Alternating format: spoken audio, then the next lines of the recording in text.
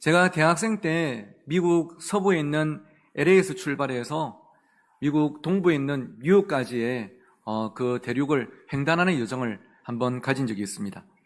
근데 애리조나주라는 곳을 차로 이동하는데 끝없이 펼쳐져 있는 이 광야를 경험을 했어요. 와, 진짜 가도 끝이 없더라고요. 이 도로를 가운데 두고 양쪽에 있는 사막과 광야가 몇 시간을 차로 몰고 와도 여전히 눈앞에 펼쳐져 있습니다. 당시에도 제가 이스라엘 성지순례는 안 가봤지만 이 모습을 보면서 어쩌면 성경 속 이스라엘의 광야도 이런 풍경이 있구나 하는 생각을 하게 됐어요. 맞습니다. 먹을 음식, 마실 물, 대화 나눌 사람도 없는 곳, 무엇보다 방향이 없는 곳이 광야죠. 예전에 사막에서 조난되었다가 구조된 사람의 인터뷰를 한 다큐멘터리 프로그램에서 본 적이 있는데요. 이렇게 말하더라고요. 사막이 진짜 무서웠던 이유는 더위가 아니라 방향을 잃었다는 사실이었습니다. 광야의 진짜 공포는 아무것도 없음이 아니라 어디로 가야 할지 모름이 아닐까요? 그래서 매일이 처음 가는 초행인지라 때로는 한 치 앞을 알 수 없는 우리의 2월, 우리의 인생을 사람들은 광야에 비유하기도 하죠. 우리는 예외 없이 광야를 지날 때가 있었고 앞으로도 있을 겁니다. 어디로 가야 할지 알 수 없고 어떤 일이 기다리고 있을지를 예상할 수도 없으며 그리고 내 힘으로 할 수 있는 것이 아무것도 없음을 인정할 수밖에 없는 곳, 광야. 조금만 더 가면 이 힘들고 고달픈 여정이 끝날 거라고 기대했는데 그러도 이 끝이 보이지 않을 때가 있죠. 그런데 여러분, 이 광야가 어떤 사람에게는 더 깊은 낙심과 좌절에 빠지는 장소가 되기도 하지만 누군가에게는 오히려 하나님의 그 은혜를 더 깊고 풍성하게 느끼는 장소가 되기도 하더라고요. 어쩌면 여러분 가운데도 광야의 한복판에 서 있는 듯한 현실을 겨우 감당하고 버티고 견디고 있는 분이 계시다면 간절히 바라기는 오늘 이 예배를 통해서 여러분이 통과하는 광야가 하나님의 임재를 경험하는 그 장소와 그 인생으로 경험되기를 주의 이름으로 축원합니다. 여러분의 성경책을 보시면요, 오늘 본문 시편 63편, 그 시편 63편이라는 이 그 숫자 옆에 파란색 글씨로 대부분 다 되어 있는 것을 표제어라고 하는데요. 이 장이 어떤 내용인지를 소개하는 거예요. 시편 63편의 표제어는 다윗의 시 유다 광야에 있을 때라고 되어 있습니다. 즉 오늘 본문은 다윗이 유다 광야에 있을 때 지은 시라는 거죠. 그런데 당시에 그는 광야에서 양을 치는 목동이 아니었고 이제는 사울의 뒤를 이어서 이스라엘의 왕이 되었습니다. 그러니까 왕궁에 있는 게 당연한데 왜 그가 왕궁에 있지 않고 지금 광야에서 이 시를 지었을까요? 다윗은 왕이 된 이후에 왕의 위치에 올리는 아주 풍요롭고 안정된 삶을 살았습니다. 왕궁에는 부정한 것이 없었고 전쟁에 나가면 승리했고 모든 사람들이 그를 좋아했죠. 그런데 마치 바다에서 풍랑을 만나서 한순간에 뒤집혀버리는 배처럼 그의 인생의 전환기가 찾아왔는데 바로 그의 아들 압살롬이 반역을 일으킨 것입니다. 딴 사람도 아니고 아들이 아버지 목에 칼을 겨눈 거예요. 다윗은 이 일 때문에 충격을 받고 생명의 위협을 느끼면서 자기의 식소들을 데리고 광야로 도망을 친 것이죠. 정말 생각지도 못했던 일이었습니다. 모두가 나를 좋아하고 따르는 것 같았는데 반란을 일으켰다? 심지어 그 반란을 일으킨 사람이 딴 사람이 아니고 나를 늘 멀리서 헐겨보던 사람이 아니라 내가 가장 믿었고 가장 사랑했던 내 아들이 반란을 일으켰다. 충격 아니겠습니까? 마음이 산산조각 났을 겁니다. 믿고 사랑했던 만큼 상처는 큰 법이죠. 그래서 그 결과 어제까지만 해도 왕궁에서 모든 것을 누렸는데 이제는 빈손으로 급히 떠나야 된다. 얼마나 황망하고 참담했을까요? 우리 아버지들이 평생 몸담았던 직장에서 내 인생을 갈아넣었던 그곳에서 퇴직을 하거나 어쩔 때는 갑자기 쫓겨날 때 그 마음을 어떻게 설명할 수 있겠습니까? 그런데 다윗도 쫓겨나다시피 왕궁을 떠나야 할 때 도저히 받아들이기가 힘겨웠을 겁니다. 그래서 다윗은요, 성경을 보니까 가슴을 치면서 왕궁을 떠납니다. 피난길을 오르죠. 우선 자신을 따르는 무리들과 함께 예루살렘 남동쪽에 위치한 기드론 시내를 건너야 했습니다. 그때 허다한 백성들이 피난길에 오른 자신들의 왕 다윗을 보면서 대성통곡을 했어요. 더 나아가 감람산을 넘을 때는 다윗도 백성들도 모두 머리를 가리고 맨발로 울면서 갔습니다. 그리고 다윗의 일왕이 바후림에 도착했을 때는 사울 가문에 속한 시므이라는 자가 나타나서 다윗에게 저주를 퍼붓고 심지어 돌을 던지기도 했죠. 우리는 지금 문자적으로만 이 여정을 읽지만 실제로 다윗은 그 여정이 얼마나 고통스러웠을까요? 그래서 오늘 본문 시편 63편은 이런 다윗의 고백으로 시작됩니다. 하나님이여, 주는 나의 하나님이시라. 내가 간절히 주를 찾되 물이 없어 마르고 황폐한 땅에서 내 영혼이 주를 갈망하며 내 육체가 주를 앙모하나이다. 광야에서 만나는 가장 큰 고통 중 하나는 바로 갈증이겠죠. 온도가 40도가 넘는 그곳에서 이 물이 없으면 이 갈증을 견딜 수가 없습니다. 다윗은 광야에 있었기 때문에 먼저는 육신의 갈증을 경험하고 있습니다. 그러면서 어쩌면 자신의 갈증을 해결하여 줄 물 한 모금을 찾아서 온 광야를 헤맸을지도 몰라요. 그런데 다윗은 1절에서 이렇게 고백하죠. 하나님, 물이 없어 마르고 황폐한 땅에서 물을 찾는 것만큼 내 영혼이 하나님을 사모하고 앙모합니다. 하나님, 지금 제게 육신의 해갈보다 더 간절한 것은 바로 하나님을 향한 갈망입니다.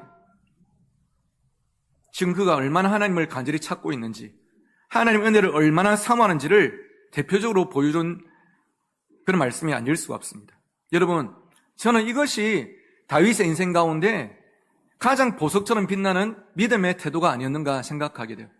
물론 어릴 때 아버지와 형들에게 무시당하면서 들판에서 양을 칠 때도 귀했고, 키가 2m 90이라는 골리앗 앞에서 쫄지 않고 강하고 담대하게 달려나가는 다윗의 모습도 귀했지만, 어쩌면 이 광야 한복판에서 하나님께 원망하고 불평하지 않고 하나님을 간절히 찾는 그의 모습이 먼저 저에게 참으로 귀감이 됩니다.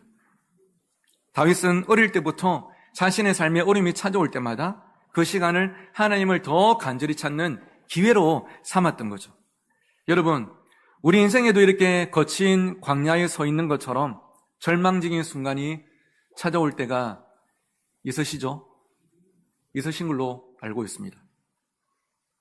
나의 기쁨과 행복이 될 줄 알았던 나의 자녀들과 가족들이 나를 절망의 구렁텅이로 발로 차서 밀어넣을 때 있습니다. 내가 큰 부자는 아니지만 지금까지 그래도 5, 60년 돈 걱정은 안 하고 살았는데 하루아침에 돈 때문에 사람들에게 연락을 돌려야 되고 은행에 뛰어가야 되고 어찌할 줄 모르는 그럴 때가 있습니다.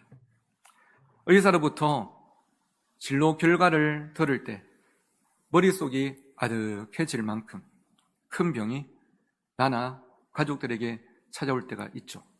그리고 내가 가장 믿고 잘해줬던 사람으로부터 오히려 가장 큰 상처를 받고 혼자 방 안에 박힐 때도 있습니다.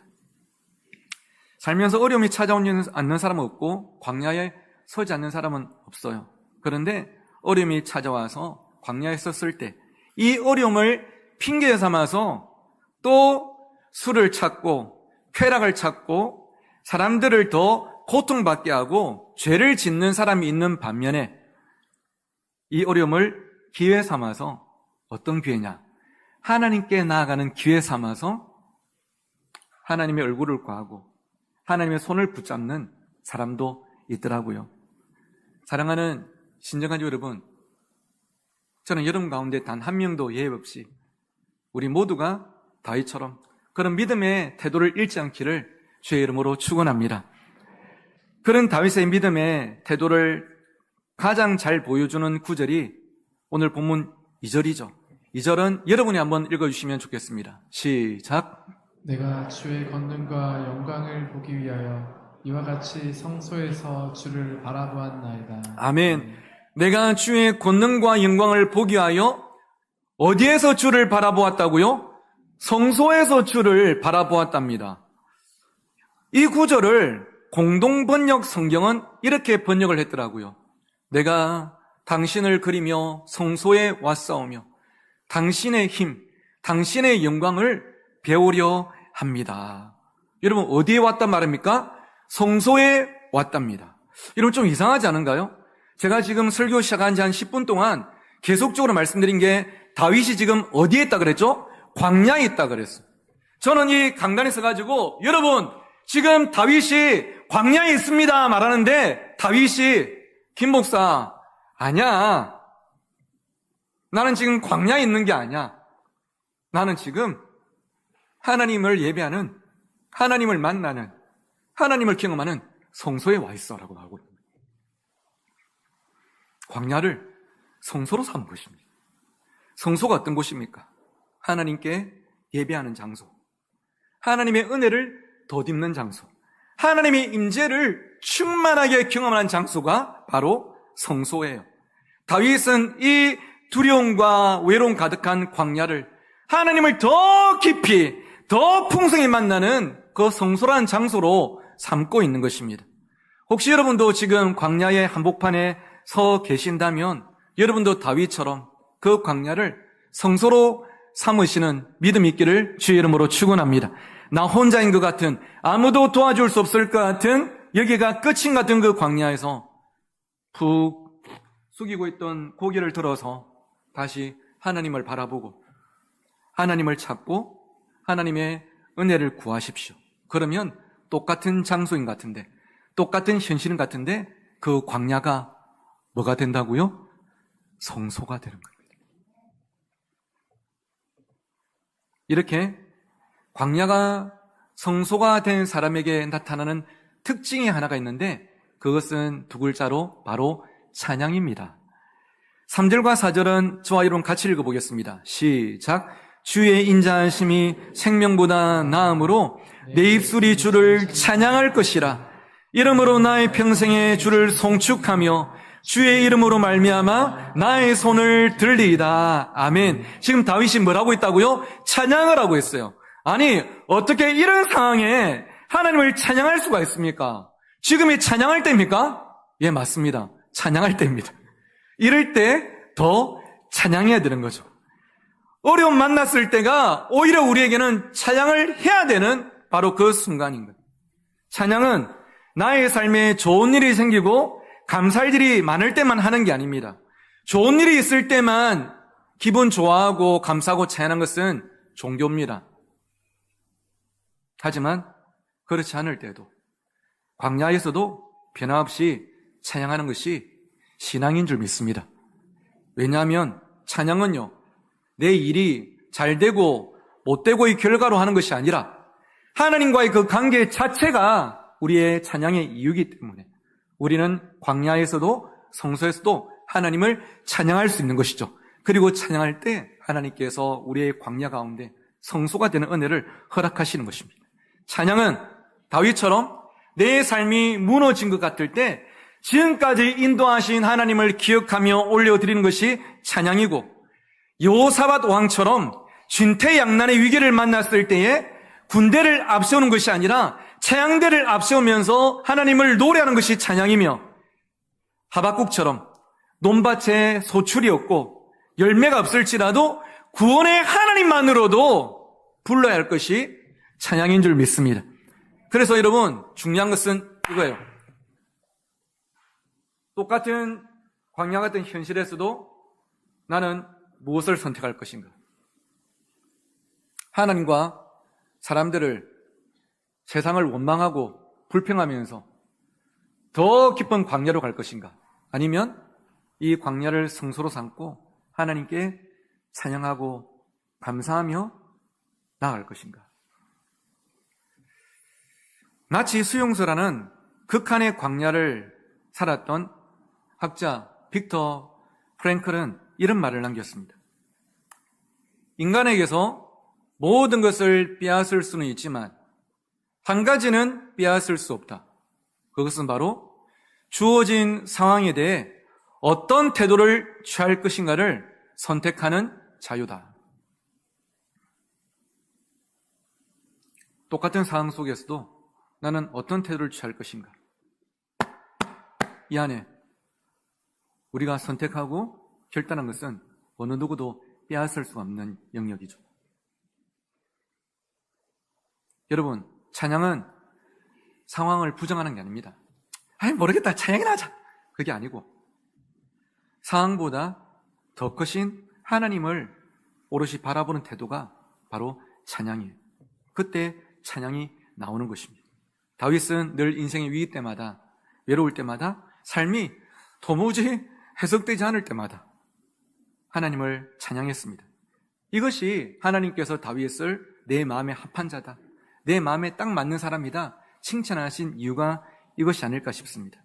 좋을 때는 누구든지 찬양하고 감사하지만 그렇지 않을 때 찬양하는 것이 진짜 보석처럼 빛나는 믿음이기 때문이죠. 솔직히 말씀드릴까요? 저는 매주 주일 예배 때마다 이 자리에 서서 2층과 3층에 계신 여러분을 바라보고 있노라면 일주일간의 힘겨운 삶을 겨우 버티고 견뎌내다가 이 자리에 오신 여러분이 모인 이 자리가 마치 광야들의 집합체처럼 느껴질 때가 있습니다. 광야와 모여서 훨씬 더 넓은 광야인 것 같아요. 그런데 그럼에도 불구하고 힘을 내어서 예배의 자리에 나오시고 하나님을 바라보면서 예배하는 여러분이 얼마나 감사한지, 그러면서 이 자리가 광야가 성소로 바뀌는 그 은혜의 공간이 되어지는 것이죠. 저는 그것이 예배인 줄 믿습니다. 광야들이 모여서 함께 성소를 이루어가는 것, 그것이 바로 예배입니다. 저는 오늘 말씀을 준비하면서 평소에도 좋아하지만 더 유난히 가사가 와닿은 찬송가가 있는데 438장 내 영혼이 은총이 보였어요. 3절에 보니까 이런 가사 하더라고요. 높은 산이 거친 들이 초막이나 궁궐이나 내 주 예수 모신 곳이 그 어디나 하늘나라 같이 해보실까요? 할렐루야 찬양하세 내 모든 죄 사함받고 주 예수와 동행하니 그 어디나 하늘나라. 할렐루야. 주 예수와 동행하니까 높은 산이나 거친 들이나 초막이나 궁궐이나 그 어디나 하늘나라다. 평생 쇠 빠지게 돈 모아서 그토록 사고 싶던 몇 평짜리 아파트 그 안에 산다고 천국이 아니라, 하늘나라가 아니라 때로는 내 가족도, 내 사업도, 내 건강도, 내 관계도 내 뜻대로 되는 거 없지만, 하지만 하나님을 모시고 살아가는 그곳이 천국이며 하늘나라라고 고백할 수 있는 저와 여러분이 꼭 되시기를 간절히 소원합니다. 그래서 여러분, 중요한 것은 오늘 나에게 찾아온 문제의 내용이나 크기가 아니라 나의 시선이 지금도 계속 그 문제를 향하고 있는가, 아니면 이 성소 가운데 함께 하시는 하나님을 향하고 있는가 아니겠습니까? 우리는 끊임없이 그 신앙의 훈련을 해나가는 것이죠. 일상 속에서요. 우리가 주일뿐 아니고 어떤 분들은 수요일이나 새벽에도 예배의 자리에 나와서 은혜를 붙잡으려고 하는 이유, 새해를 특별 새벽 기도회로 시작하는 이유, 청소년들과 청년들이 2박 3일이나 수련회 가서 함께하는 이유, 그리고 개인적으로도 어떻게 하든지 말씀을 묵상하고 기도의 자리로 나아가야 되는 이유, 그것은 여러분이 다윗처럼 다급한 일을 만났을 때에 죄를 짓지 않고 포기하지 않고 하루라도 1시간을 빨리 하나님을 찾고 그 광야를 성소로 삼도록 우리가 훈련해 나가는 것 아니겠습니까? 이 훈련이 안 돼 있으면요, 그냥 넘어지고 손 놓고 포기할 수밖에 없는 거예요. 그런데 다윗은 어릴 때부터 이 훈련이 계속적으로 돼 있어요. 들판에서도, 골리앗 앞에서도, 사울을 피해서 광야에서 아둘람으로 도망 다닐 때도 그의 삶 자체가 이 훈련이었습니다. 그러다 보니까 아들이 아버지 목에 칼을 겨누고 내가 왕이라고,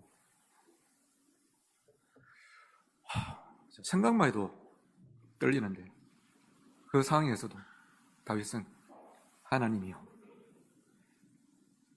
제가 이 광야를 성소로 삼습니다. 그 믿음은 그냥 되는 것이 아니라 훈련을 통해서 만들어지는 것이죠. 올해 우리 교회는 다시 기본으로 Back to Basic이라는 표로 한 해를 시작했습니다.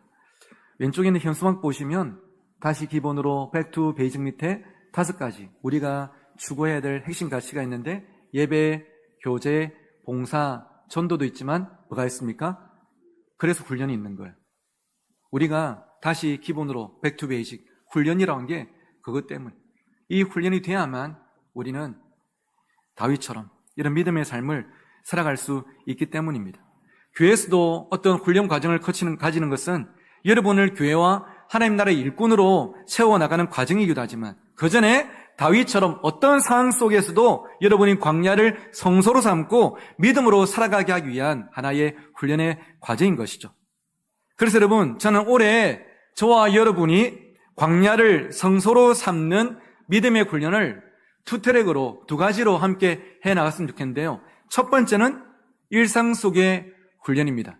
여러분 각자의 일상 속에서 여러분 개인적으로 하셔야 되는 훈련이에요. 이거는 담임 목사인 제가 어떻게 해드리지 못하는, 구역장님들이 어떻게 할 수가 없는 여러분과 하나님과의 관계 속에서 하셔야 되는 거. 쉽게 예를 들면 오늘부터 시작된 2월 살다가 갑자기 생각지도 못한 다급한 일을 만날 때가 있죠. 저도 주중에 우리 성도님들 딱 전화 오면 어쩔 때는 반가울 때가 있는데 어쩔 때는 느낌이 좀 쎄할 때가 있어요. 뭐 설명할 수 없는데 전화 받아보면 진짜 며칠 전까지만 해도 생각지도 못한 일들이 생길 때가 있더라고요. 그럴 때 여러분, 이 소식을 들었을 때 여러분이 계신 곳이 집이든 사무실이든 혹시 혼자 계신 공간이라면 바로 누구한테 전화하거나 카톡 보내지 마시고 먼저 그 자리에 혼자만의 공간에 무릎을 꿇고 하나님을 찾읍시다. 바로 반사적으로. 만약 무릎을 꿇기는 어려운 곳이라면 잠시 눈을 감고 두 손을 모읍시다. 그러면서 기도합시다. 하나님, 일해 주십시오. 지금 또 나에게 찾아온 이 광야가 하나님을 경험하는 성소가 되게 해주십시오. 사람은요, 안타깝게도 배운 대로 살지 않습니다. 익숙한 대로 살아갑니다. 어떤 일이 딱 생겼을 때 이게 나타나는 거예요. 바로 또 사람들한테 연락 돌리고 찾아가고 안 도와주면 서운해하고, 그러면서 더 깊은 광야로 들어가는 게 아니고 제일 먼저 나타난 우리의 반응이, 하나님, 이 광야가 성소가 되게 주시옵소서. 그때 그곳은 실내든 실외든 하나님께서 임재하시고 일하시는 성소가 반드시 될 줄 믿습니다. 그리고 또 하나의 훈련은 우리 교회의 훈련 프로그램입니다.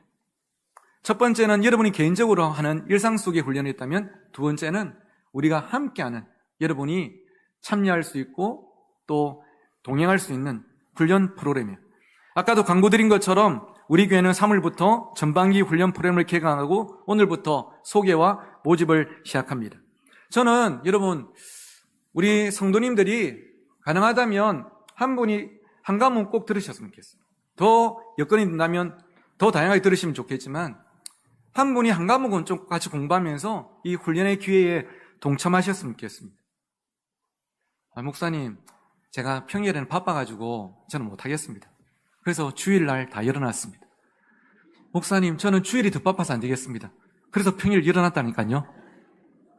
어떻게 하든지 여러분이 함께 성장할 수 있도록 힘을 낼 수 있도록 교회가 응원할 테니까 혼자 하는 것보다 함께 하는 게 낫습니다.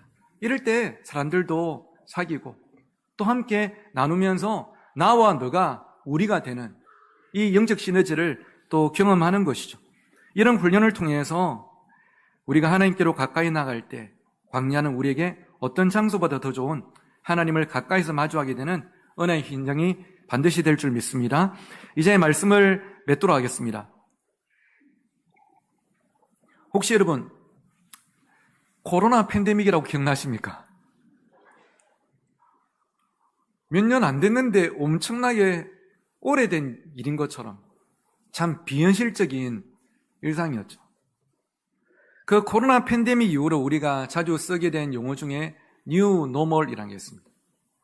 새로운 일상이죠. 시대 변화에 따라서 새롭게 일상이 변해가는 거예요. 예를 들면 뭐 키오스크 주문하든지 배달 활성화된 거, 모바일로 결제하고 또 손 씻고 건강을 챙기는 습관, 막 이것 말고도 엄청난 많은 변화들이 급속도로 일어나고 있습니다. 하지만 여러분, 세상에 모든 게 달라져도 영원히 변치 않는 한 가지가 있다면 하나님의 말씀인 줄 믿습니다. 그리고 이 말씀에 기록되어 있는 원리예요. 광야가 뭐가 될 수 있다? 성소가 될 수 있다. 광야가 성소가 될 수 있다. 다윗 때도 우리 때도 늘 고통은 존재하지만 다윗 때도 우리 때도 광야를 성소로 삼고 하나님을 예배하고 또 그 현실을 이겨내고 하나님 나라를 확장해야 하는 그 원리는 동일하게 우리 가운데 있는 것이죠.